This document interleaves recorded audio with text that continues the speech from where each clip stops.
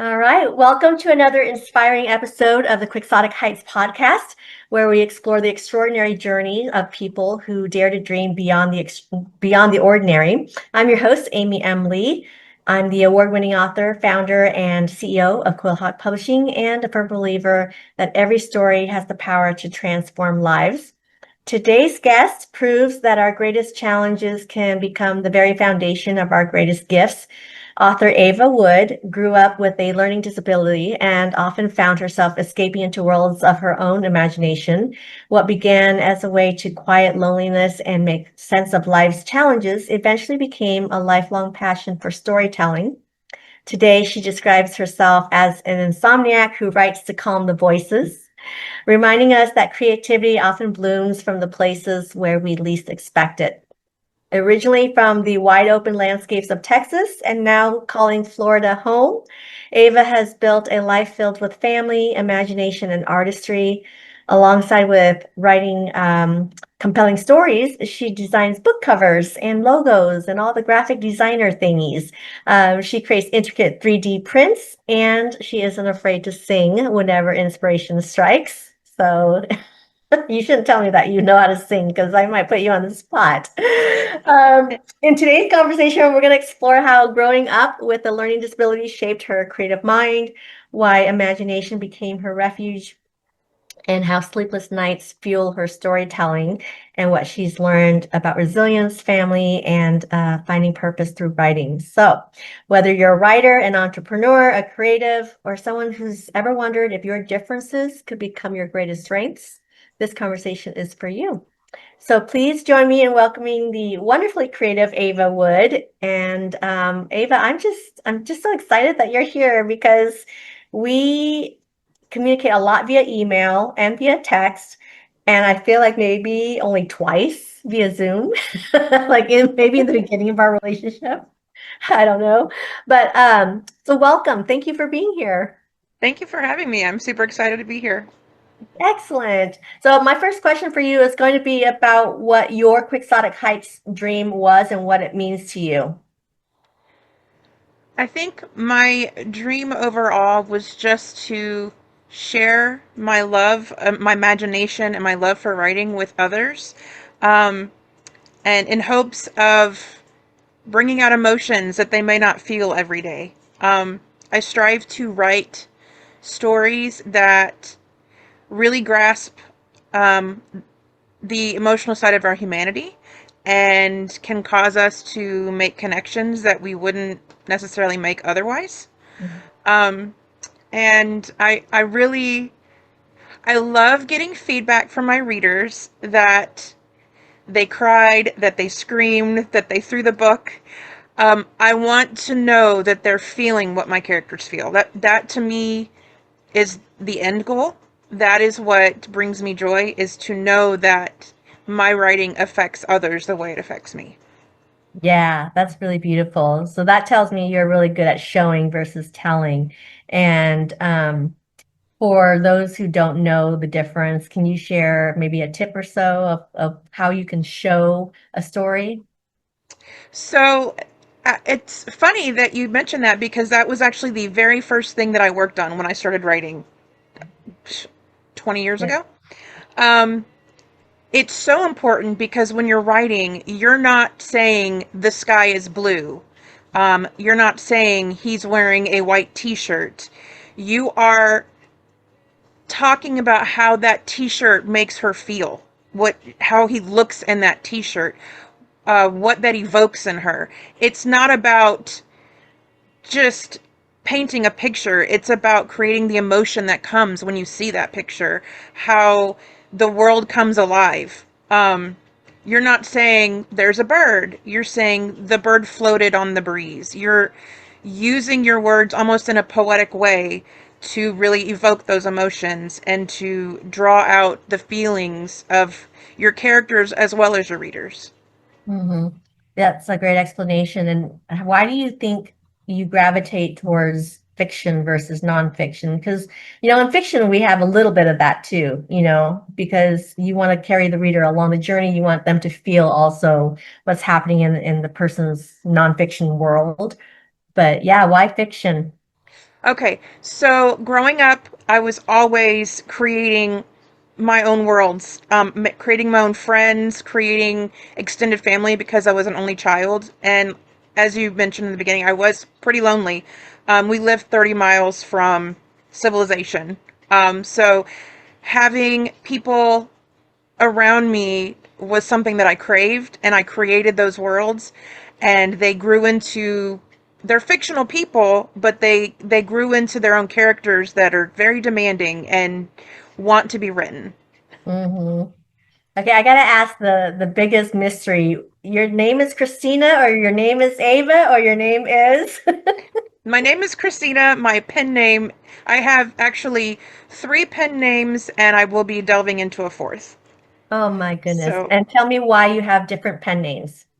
so Amazon likes to put us in little boxes. And when you write across multiple genres, which I write across paranormal romance, young adult, contemporary, and I'm going to delve into dark romance, Amazon wants to put us with like authors. But if I'm using one name across four different categories, Amazon starts to show me to the wrong people. So, to beat Amazon's algorithm, it was important for me to have multiple pen names so that they knew where to put me. Gotcha. And do you ever forget what your names are? Like when if you're attending a book event and somebody calls you, I will, well, everyone calls me Ava at book events, which I actually just got back from one. And I'm used to Ava, so I always answer to that. My big problem is forgetting to sign my Paranormal Romances core award. oh no. It's But like, I reject this book. I want another one. yeah, most people don't care. They're like, it's fine. You can either sign the other name or sign the one. They don't care. So, Really? Really? Okay. I'll be the one that cares. I'm like, wait, oh, wait. that's fine. That's fine. I Tell will me sign about you a this. new one. Tell me about this book event that you went to. It's called Space Coast Book Lovers. This was their 10th year, and I have actually been blessed to go every year since I started. It takes place in Cape Canaveral, Florida. Um, in the past, well, last year I think there were about 80 authors. They downsized this year to 49 authors, which was much nicer because the previous year there were a lot of people, and Mm, some of the readers felt a little claustrophobic. This year, it felt like I was able to connect more with the readers because I wasn't spread so thin. mm. Um, and every year that I go, it feels like a family reunion. I see a lot of the same authors, the same readers, and we all have just become like one big family. It's really beautiful, and I love going every year. It's been a blessing. So. Okay. And it happens over multiple days? And what's the purpose of the event? So it is it's a convention of sorts. They have what they call book neeks on, I believe it's Thursdays all day. And those are basically like most of the time they're like little craft sessions. One of them is called Masterpieces and Mimosas. And a friend of mine, Sarah, and her husband, Robbie, run that one. Robbie is an author, Sarah is an artist, and she teaches the group how to paint. And they also have mimosas, so you can't go wrong. Hmm. Um, the year that I did one, I turned records into bookends. People Yeah. really enjoy just doing the different crafts. Then on Friday, we have what they call sips and tropes, where they take particular tropes from the books and group authors, and the authors are able to talk to the readers about their books to garner interest in either past books or future books or whatever you're working on. Um, and they also have an author luncheon where we get to share a table with readers and again get to know the readers and get to talk about ourselves as well. And then Friday evening, they actually have a launch that is exclusive to Space Coast. And then Saturday we have the signing all day, and then the evening we have our after party, and it's a lot of fun. The first event is actually a meet and greet on Wednesday night, so it runs Wednesday through Saturday evening. Wow. That sounds fun. I want to go. It's so much fun, and they have raffles that benefit autism awareness. They Yeah. have a group that they actually called, I believe it's Soak. I could be wrong, but all of the money that they get for the raffle baskets goes to this charity, and it's been a really beautiful thing to see every year, to know that we're helping others while we're getting together and loading up on all the books that we've been dying to read. Yeah, yeah. So bring an empty suitcase, right? Yes, yes. So looking back, do you remember like maybe a story that you wrote when you were a child? Anything stands out? I don't remember any of, well, when I was a kid, I wrote a lot more poetry than I did stories. Mm-hmm. Um, I know I did write some stories, but I don't remember what they were. I was in Gifted and Talented, so we were kind of required to be more creative. We were required to write more stories. And like I said, I tended to lean towards poetry starting at 8 years old. Mm, And it wasn't until I was, I think, 19 when I really decided I enjoyed writing and I wanted to bring my characters to life, give them life with their own stories. yeah. So you mentioned gifted and talented. Tell me more about what that was like in school, what that program was all about. It is, they give us IQ tests to see if we fit into their another box that we all have to fit into.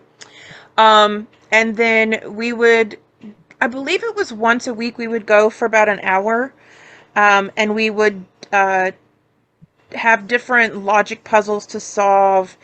And I remember one year we created like a news station, and we all had our parts to play in the news station, whether it was the weather or the news or sports.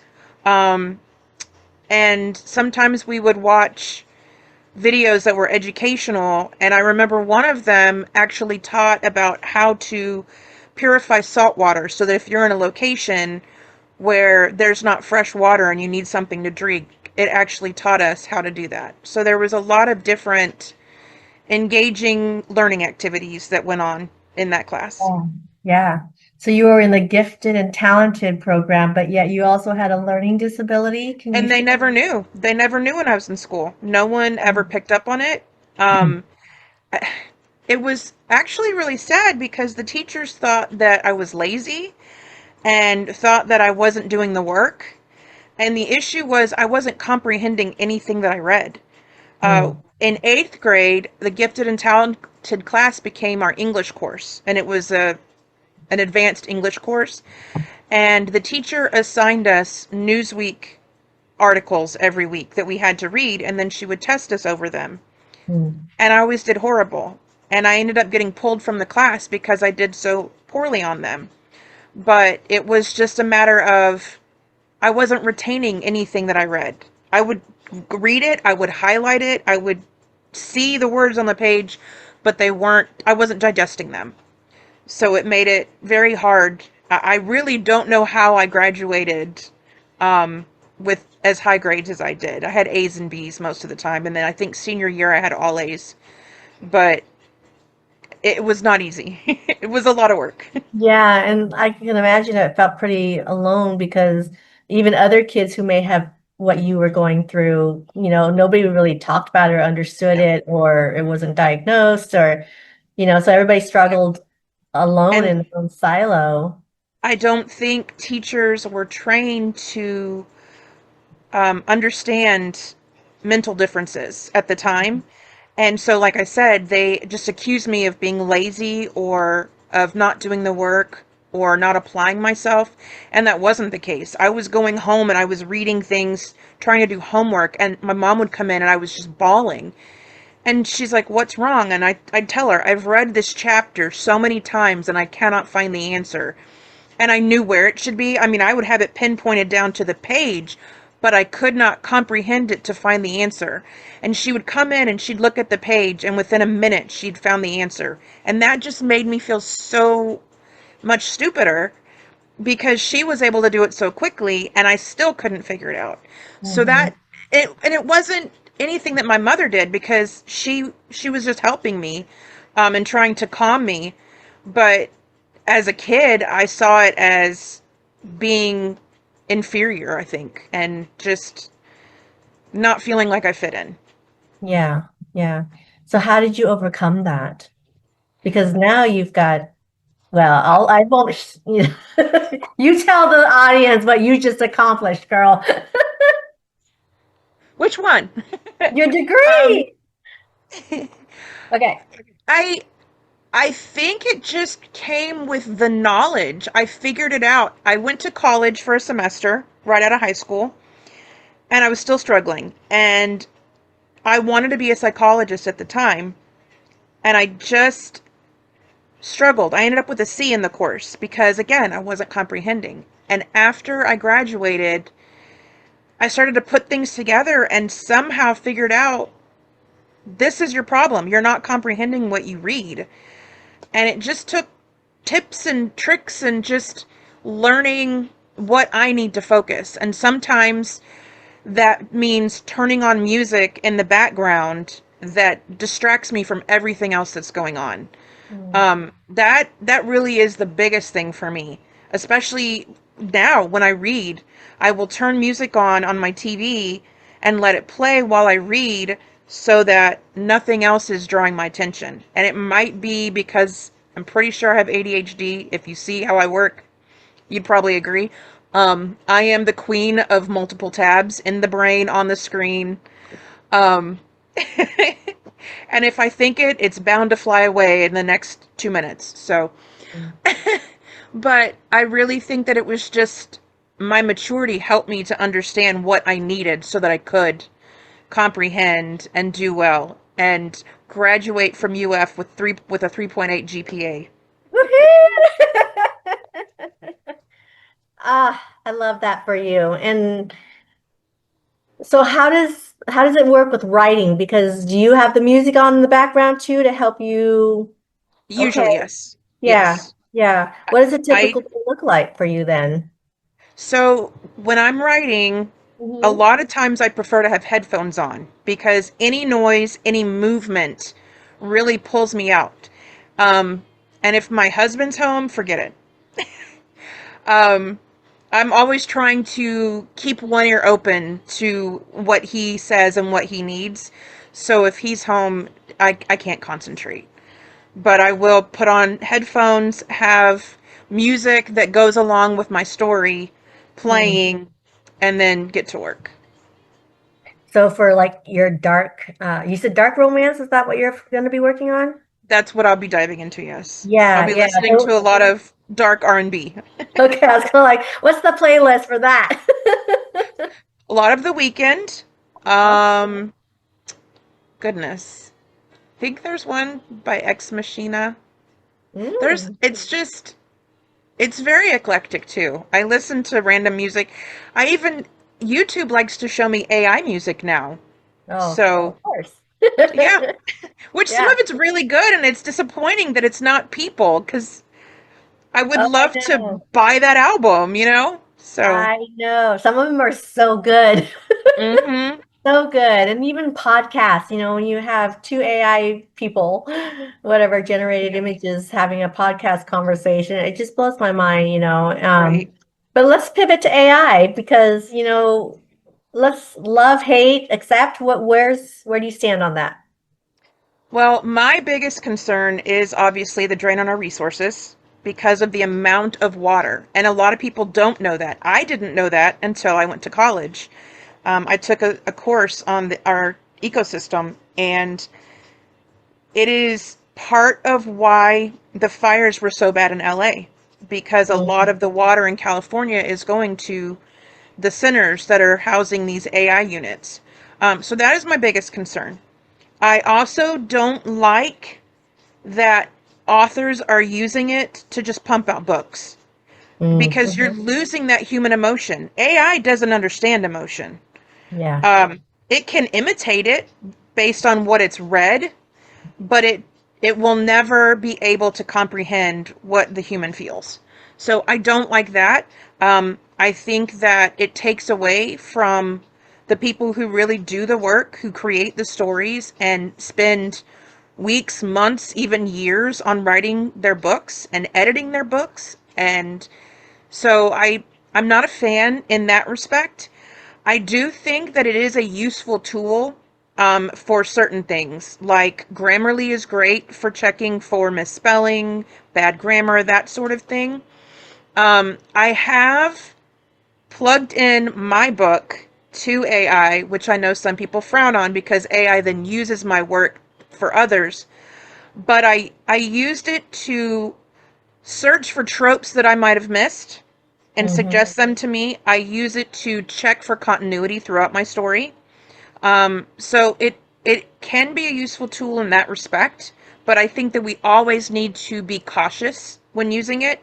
Um, One thing I learned when I was in college is that when they write papers, they don't always use real sources. They sometimes create sources and give you links to them, but there's nothing there. So, like I said, you really have to be careful with what you use with AI. And I think the biggest thing right now is content creators using AI created images and not realizing those aren't commercial use because AI just uses whatever it finds on the internet. Hmm. And those images aren't always available for commercial use and they're not licensed. So you're basically stealing from other creators when you use those images. So that makes it hard. It makes it using AI makes it easier on Hmm. creators that want to go take the shortcut. But in the end, I think that I feel more fulfilled when I do it myself. And when the finished product comes from me and not from what the computer said. Yeah. Yeah, because with AI, and there are bookstores, right, that don't accept books that are AI generated, um, especially with the cover and especially obviously with the interior. But the question is too, is how would they know? How do they know what is truly a graphic designed work where you're layering multiple things on this image, right? And it's Right. licensed, yeah, I versus AI. A lot of images, especially of people, there is I don't know how to describe it other than it's kind of a glossiness. Like there's this perfection to them. And I have learned to look at the models on sites like Adobe Stock and Deposit Photos and say that's AI. Even though it looks like a real person, there is just some sort of perfection to it that you don't see in everyday life. Um, Fortunately, Deposit Photos and Adobe Stock do put on the images this is AI so that you know if what you're using was created by a computer or if it was created by an individual. I Yeah. know that Amazon asks you to um, Like, divulge whether or not you've used AI. So I think that that might be in the copyright now as well. Um, so those are a couple of ways, but it is getting harder. yeah, it is getting harder to kind of distinguish. And like, when I first started writing my books, I used Dreams Time a lot to find the image for my front covers and then got a license to use them commercially. But, with Amazon, it's like, I had to look this up. When you divulge whether you use AI or not, apparently, if you use AI assisted, right? If you use it as an assisted method to create your work, you don't have to claim it or declare it.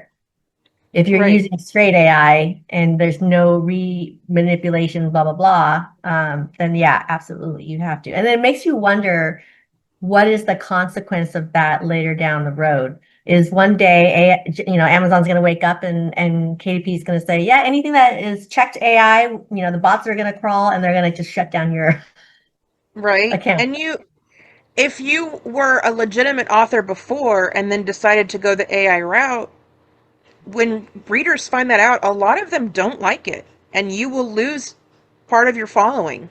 Hmm. So you're really doing yourself a disservice when you're relying on AI to pump stuff out for you just to get more words, on the website. Yeah, yeah. So one of the things that you also do is graphic design. How did you get into that?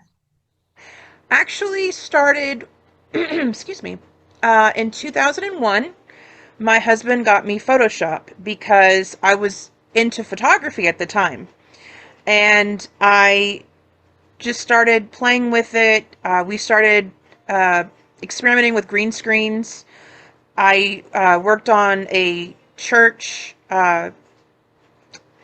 What do you the book that has all the members in it? Um, and so I had different backgrounds that I put in place of the green screen Mhm. for different people. That way their clothes would not blend in. And that was where I got my start with it. And then when I started writing I started writing in 2005, but when I went to publish my book in 2013, that was when I really started to get into graphic design because I was doing my own books. And Mm. then about 10 years ago, I branched out and I started offering my services to other authors. And I Yeah. feel like I've been a benefit to a lot of them because I try to consider the fact that a lot of indie authors don't have a huge income, especially when they're starting out. And so I try to offer my services at a price that is affordable to them so that they can still have something they're proud of when they put it up for sale. Yeah. So was the learning curve steep for you to learn Photoshop and all that And they stuff? they changed it constantly, so it's so bad when every time they move stuff around and add new features, it took a lot to learn it. I don't think I would have the patience to learn it from scratch now. Yeah. And how can authors work best with you when they want to have a cover designed? Reach out to me through my Fins and Feathers Designs on Facebook, or they can email me. The best email for me is author A Wood at yahoo.com. Hmm. And uh, just make sure in your subject line you say want to work with Fins and Feathers, and I will be glad to get in contact with you and work with you on your next project. Yeah.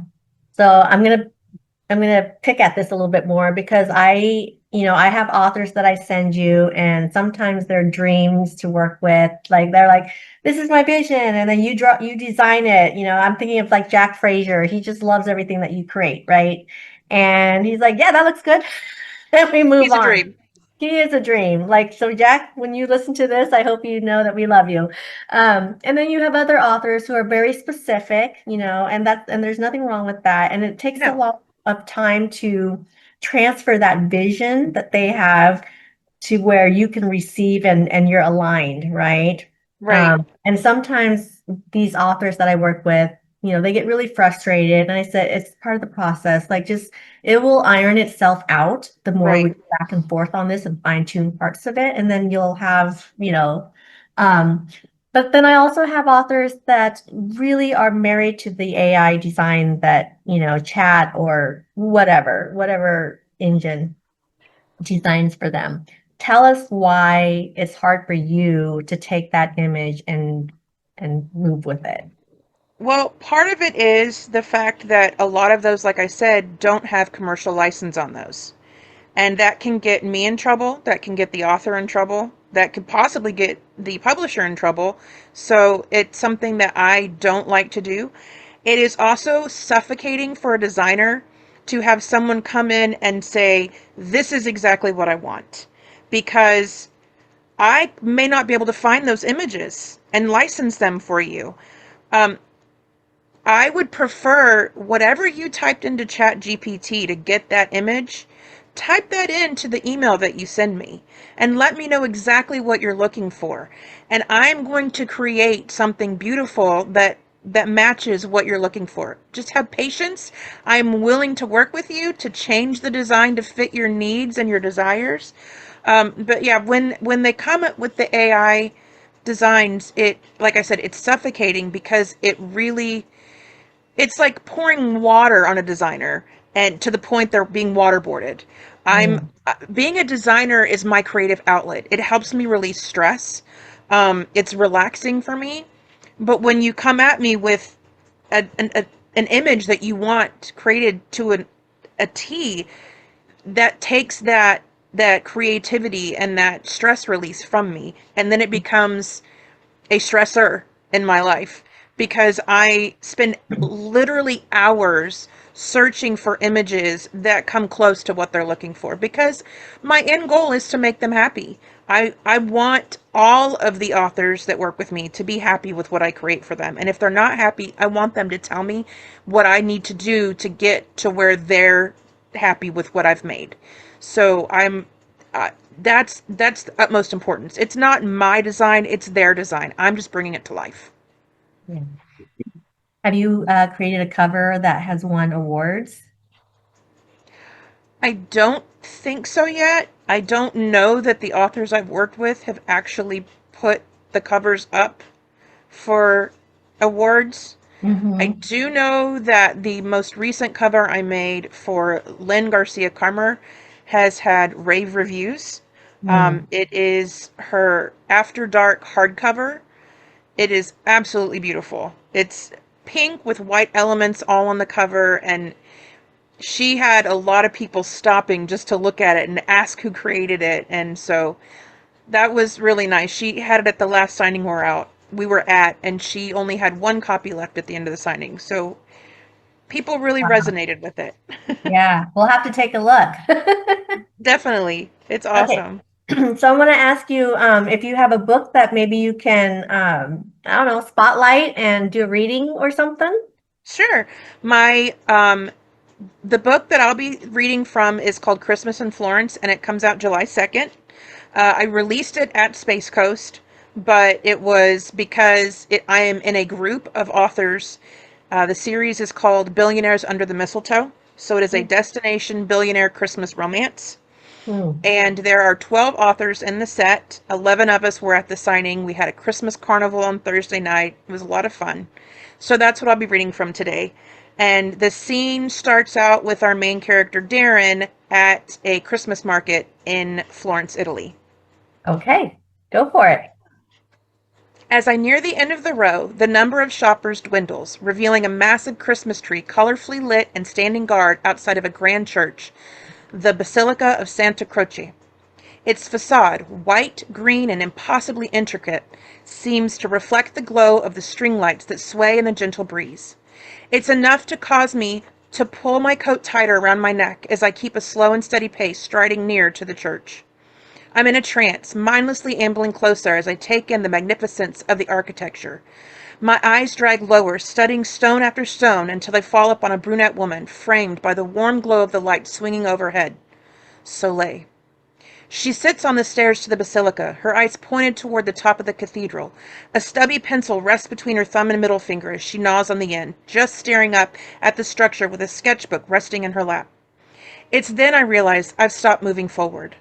I'm frozen in time and space, captivated by this woman who seems completely unfazed by the hundreds of people milling about. The dark charcoal hue of her coat matches the smudges of graphite that stain her fingers, as if she's been at it for hours. I breathe in through my nose, overwhelmed by an aroma of citrus and honey as I slowly creep forward, hoping not to startle this magnificent creature. With every step, I study her. The way she blows her chiseled bangs from her forehead, or how the tip of her nose is a bright shade of pink. Her fair complexion only adds to the rosiness of her cheeks as she slowly stands from the steps, keeping her eyes pointed skyward. I've almost reached the steps, almost close enough to make contact, as she glances at her sketchbook, then flips it closed.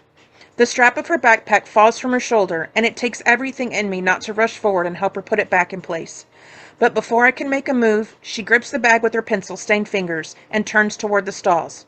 Mere seconds before her eyes meet, a man comes charging out of nowhere and slams into her, toppling her to the ground. I love it. Oh my goodness. I don't have any of your books, Ava, and now I need to get books because here's what I loved about it. You use the senses, right? You truly use the senses to bring the reader into that world so that we can see, we can smell, we can sense. It was really, really good. Thank you. My only feedback was, you read really loud and I'm loud, really fast. I'm sorry. I'm really bad at that. I You got in read trouble at really church for fast and that. I couldn't just immerse myself into the words. Like I couldn't digest and savor the words. So that's okay. It's okay. You can write and you can do graphic design. You don't have to do the voiceover acting too. But I thought it was really well written. So thank you for Thank sharing you. that. Yeah, absolutely. Okay, well, can we talk about your family? Like, Absolutely. you want to share anything about your family in terms of like how they supported you? Like, what did they think when as you embark on this writing and this graphic work and yeah. My family has been extremely supportive. My biggest supporter was my mother, who, as you know, passed in November. Um, but a lot of people have asked me, "You write romance. Does your family read it?" Yes. My mother read all of my books. Um, and if you knew my mother, you would know that she is the epitome of a church lady. She was the Sunday school superintendent. She taught at a Christian school. She was always involved at church. I don't think she missed a Sunday. Um, and so people were kind of astounded that she would read my romance novels. But as my mother said, have you read the Bible?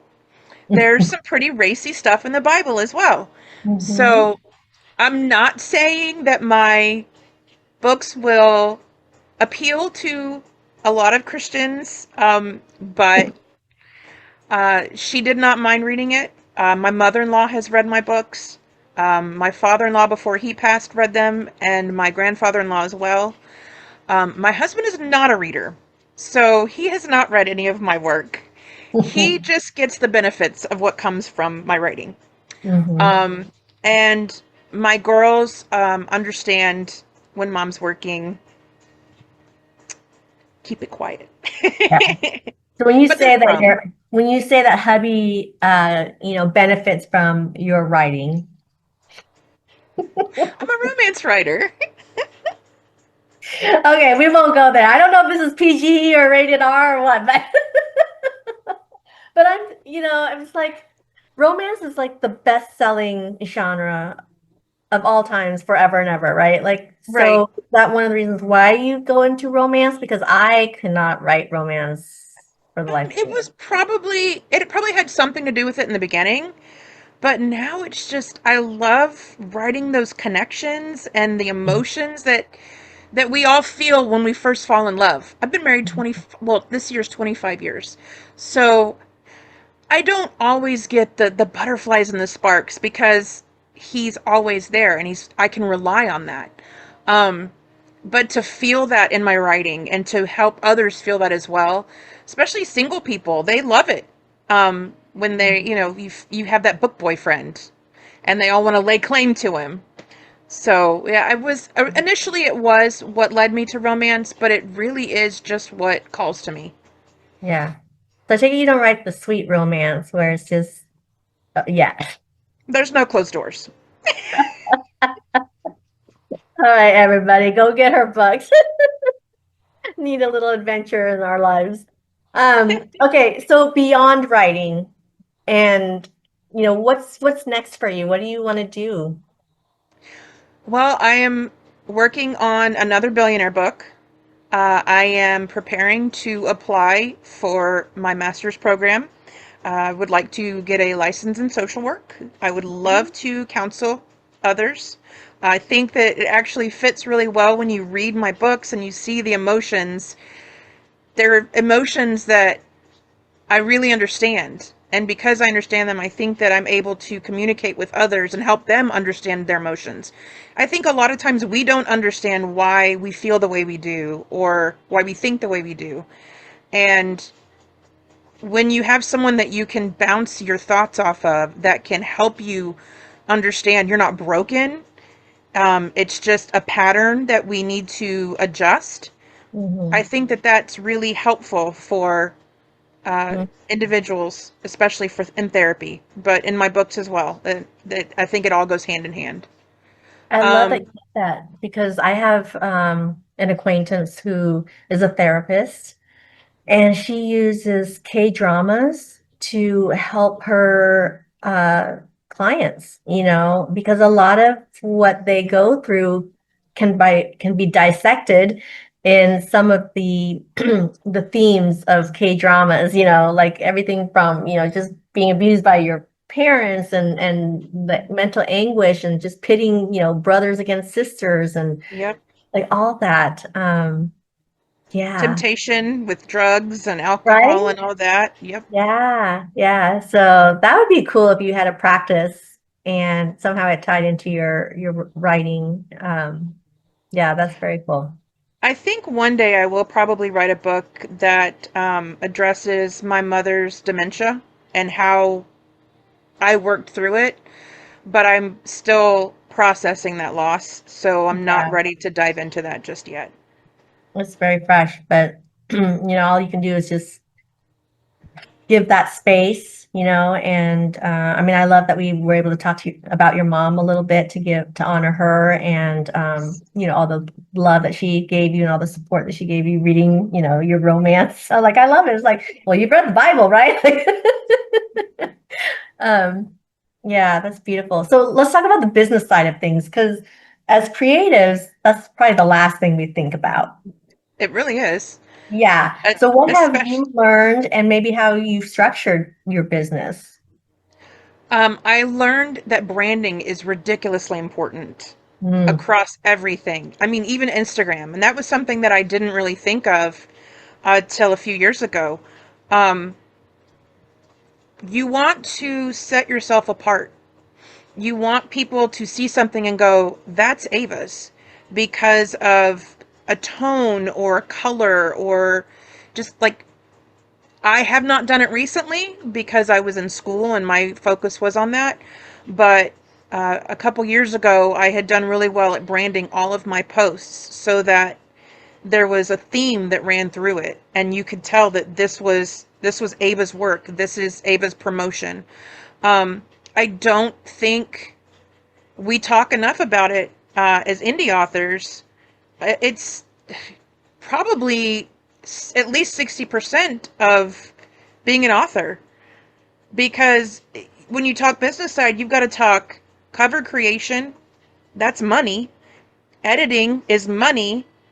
Finding beta readers, creating an art group, getting a street team that helps promote you, hiring a PA, and that all again all takes money.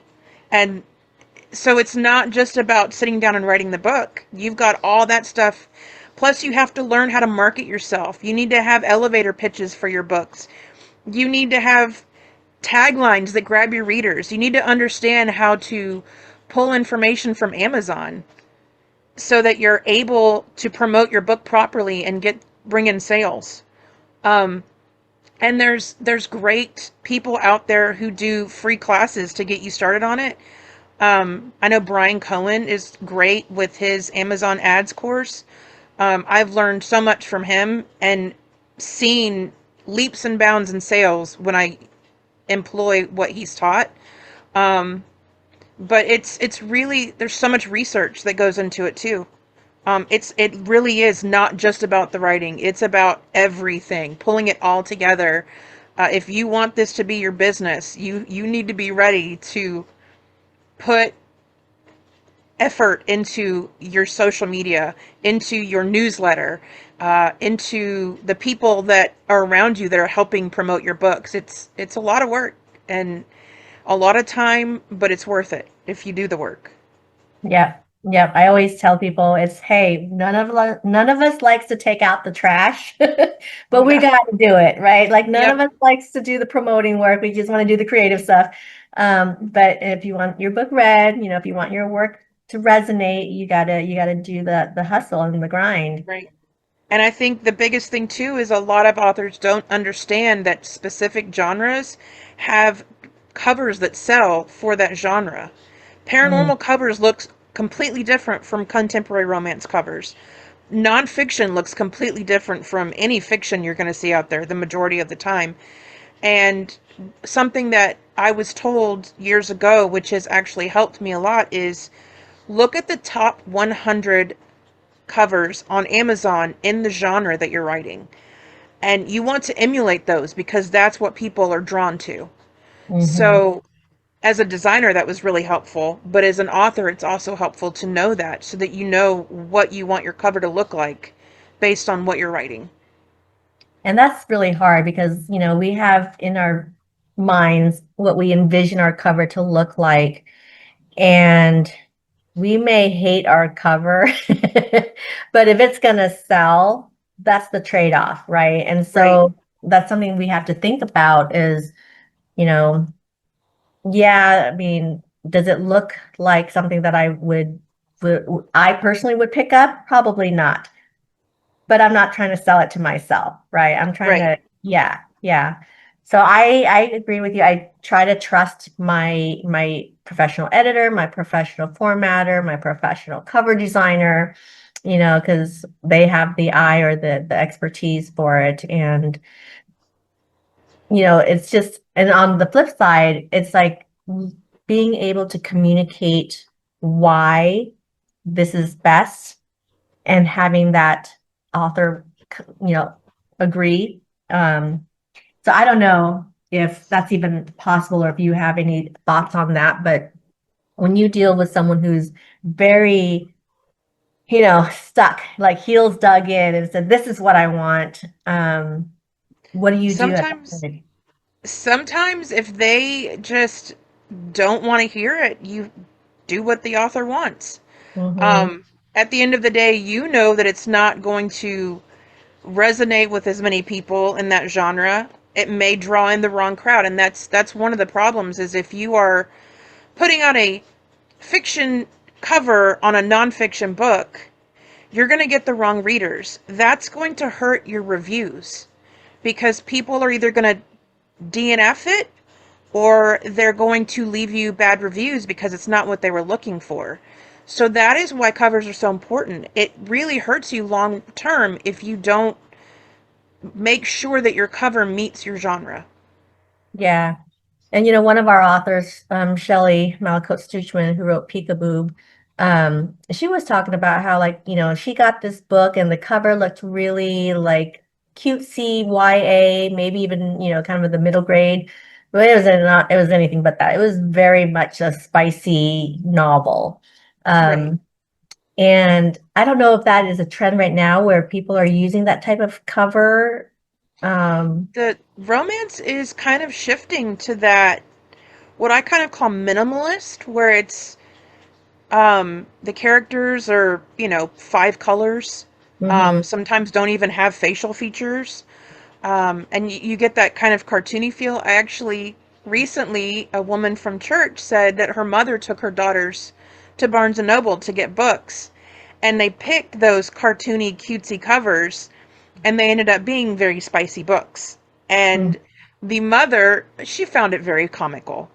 She called her mother and read one of the spicy scenes. That was how, no hello, no, what did you buy my child? But she just starts off by reading that spicy scene to her mother to let her know this was not the book you thought you were buying her. yeah. See, and it's like, I don't know how we get around that. I mean, some books have like, content warning, trigger warnings, but again, Right, you're just an innocent purchaser.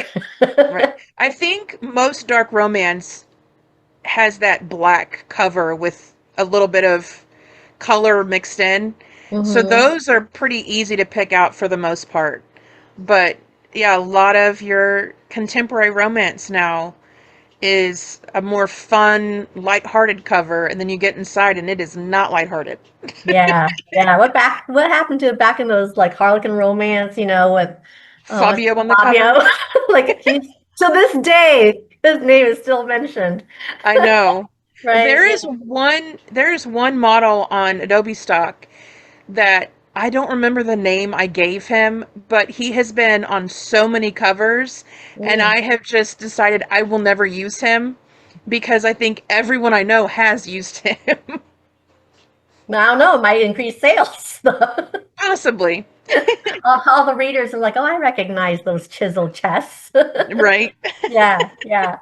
Okay, I got some fun lightning rounds for you. Lightning round questions. You ready for them? Hopefully. Okay. Coffee or tea or something Coffee. stronger? Coffee. Okay. Celsius.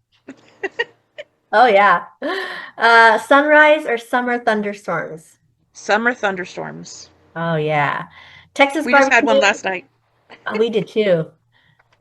Texas barbecue or Florida seafood? Texas barbecue. I'm from Texas, and my aunt Mm, had a barbecue restaurant, so can't go wrong. okay, Texas girl. Paperback or hardback?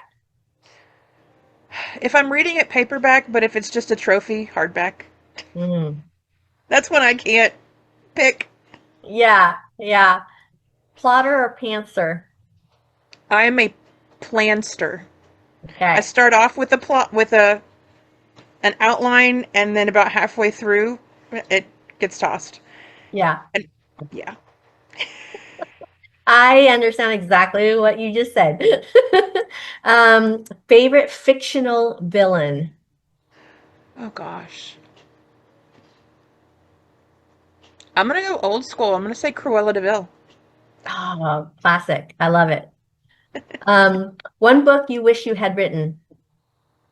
Real by Katie Evans. What's that one about? UFC fighter. It's a romance, but it's really good. Oh, really? I should read that. Yes. I love UFC. I just Me watched too. the Ronda Rousey and Gina Carano fight. Did you watch that? I didn't see that one, no. Okay, okay. Two of my favorite women, and it didn't last very long. Anyway. That's always a bummer. I know. I was like, I felt wrong, but I mean, I can, whatever. It is what it is. Let's see. If your life had a soundtrack, we talked about music, what song would play? Oh gosh. Mm, that is a tough one. Benny and the Jets by Elton John. Okay, well, now I'm going to put you on the spot and make you sing like one line from it. Oh gosh. Benny and the Jets. You're playing. What's one hobby people would never guess you have? One what? I'm sorry. One hobby Hobby. that you have. Crochet. I You crochet. crochet? Oh, what do Yes. you crochet? Inappropriate things? To go with your spicy romances? Yes. My Hey. readers love them. All right. I can see a merch store with swag and all that stuff to go with it. Noted. Okay, my last one fun one for you. What fictional world would you move into for 1 week?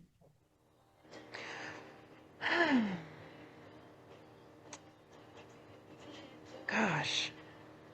These are tough. Yeah. Um, definitely not anything I'm reading right now because I'm reading dark romance.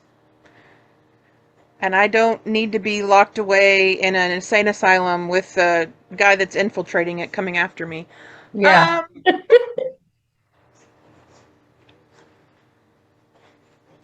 maybe go back to real. I think that I would enjoy that one. I Okay. love the connection they had because she was helping him through some darkness. Yeah. Um, I always loved the bad boy. I married the bad boy. Mm, Um, he's definitely mellowed out since then, but hmm. yeah, I Yeah. love that helping them realize that they're not flawed. They're that what you go through in your past does not define you. Hmm. It may shape you, but it doesn't determine what your future holds. So the psychology side of me loves a bad boy that I can heal. I feel like men do that too. They like to be the hero, the rescuer. So if you married the bad boy, what did he marry? What did I am the insane squirrel that runs around the yard and collects books instead of nuts. Okay. Well, you did mention ADHD because every time we Yes. think of squirrels, Yes. I love it. All right. And then this is not part of the lightning round, but I do have a Okay. couple of closing questions for you. Okay. And first of all, what topic did we not cover that you would like to highlight? Is there anything that we missed? The importance of editing. Okay, let's dive into that a little bit. I think a lot of indie authors that are just starting out think that when they write the book and write the end, it's done, and don't realize how important it is to have an editor that knows what they're doing. Um, I didn't when I first started, and this was back when Create Space was Mm. basically all indie authors had to turn to. And I paid them thousands of dollars to edit my book, and they didn't edit it.